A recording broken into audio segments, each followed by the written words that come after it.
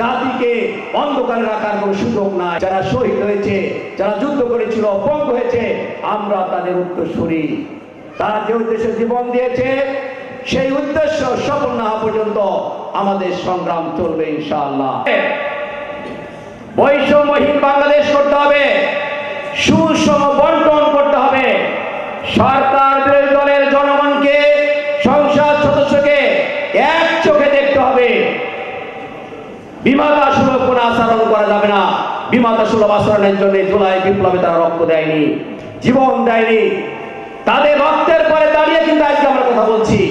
তাদের রক্তের পরে দাঁড়িয়ে কেউ প্রধানমন্ত্রী হয়েছে, মন্ত্রী হয়েছে, কেউ বিরোধী দলের নেতা হয়েছে। তাদের রক্তের ঋণ পরিশোধ করতে গেলে ওই জাস্টিস, এই ন্যায় বিচার সমাজে প্রতিষ্ঠা করতে হবে। আমি আর বলতে চাই না, আমি একটি কথা বলে শেষ করব। ইতিহাস কিন্তু কাউকে ক্ষমা করে না। ইতিহাস থেকে বাঙালি যাতে আমরা শিক্ষা গ্রহণ করি না, ইতিহাস থেকে শিক্ষা গ্রহণ করলে আওয়ামী লীগের হয়ে পরিণত হতো না। আমি এক সময় বলেছিলাম 2012 সালে যদি কেয়ারটেকার গভর্নমেন্ট পদে বাতিল করে না হতো, 14 সালের 5ই জানুয়ারি নির্বাচনে আওয়ামী লীগ হয়তো ক্ষমতায় আসতে পারত না, কিন্তু আওয়ামী লীগ রাজনৈতিক ভাবে পালিয়ে যেত না। আজকে যেভাবে নেতা কর্মীরা পালিয়ে বেড়াচ্ছে, শেখ হাসিনা দেশ থেকে বিতাড়িত হয়েছে, আজকে এইভাবে বিতাড়িত হতো না, রাজনৈতিক একটা সুন্দর পরিবেশ থাকতো। দেশের মানুষের সামনে যারা ভালো কাজ করবে তারা ক্ষমতায় আসতো। এই প্রথা 12 সালে 41 সাল পর্যন্ত আজীবন ক্ষমতায় থাকার স্বপ্ন দেখে কেয়ারটেকার গভর্নমেন্ট প্রথা তাদের সংখ্যাগরিষ্ঠ দ্বারে সেদিন বাতিল করে দিয়েছিল। কিন্তু ইতিহাস কি তাদের ক্ষমা করেছে? আজকেও বলতে চাই, সরকার বিরোধী দল উভয়কে বলতে চাই, ইতিহাস কাউকেও ক্ষমা করবে না।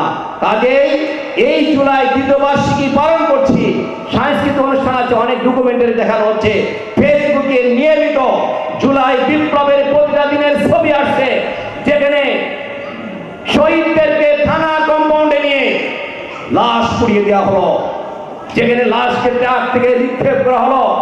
অসংখ্য লাশ পড়েছিল ঢাকার মেডিকেলে, যাদের কোনো গার্ডিয়ান কখনো আসেনি। এমনই ভাবে যে বিপ্লব হয়েছে, তারা জীবন দিয়েছে জাতিকে মুক্তি করার জন্য। আজকে আমরা তাদের স্লোগান বুকে ধারণ করে যত সময় পর্যন্ত তাদের স্লোগান বাংলাদেশে বাস্তবায়িত না হবে, আমরা সংসদে, বাইরে, সকল জায়গায় আমরা আন্দোলন করতে থাকবো। আমাদের একটাই দাবি, গণভোটের যে দাবি ছিল এটা বাস্তবায়ন করতে হবে। আপনারা সবাই জানেন, পুরা যুক্তিতে নানান অজুহাত পেশ করা হয়েছে।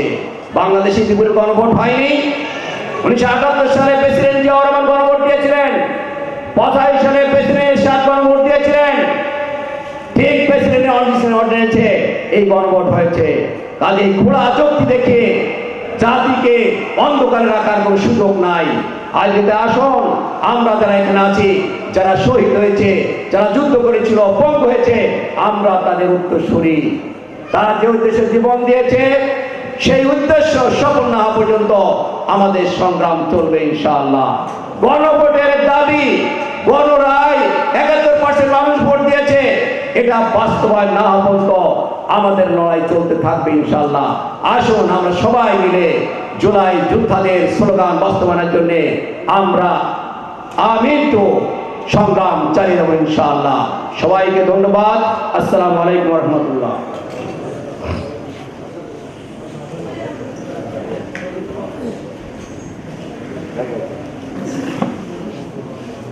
প্রিয় উপস্থিতি, আমরা দীর্ঘ স্বৈরাচারী শাসনামল সহ আজকের দিন পর্যন্ত গুরুত্বপূর্ণ তথ্যবহুল আলোচনা আমরা জাতীয় সংসদের সংসদের কাছ থেকে শুনলাম। এ পর্যায়ে আরো একটি গান নিয়ে আসছে প্রতিভাবান শিল্পী গোষ্ঠী। আমি প্রতিভাবান শিল্পী গোষ্ঠীর শিল্পীদের মঞ্চে আসার জন্য আহ্বান করছি।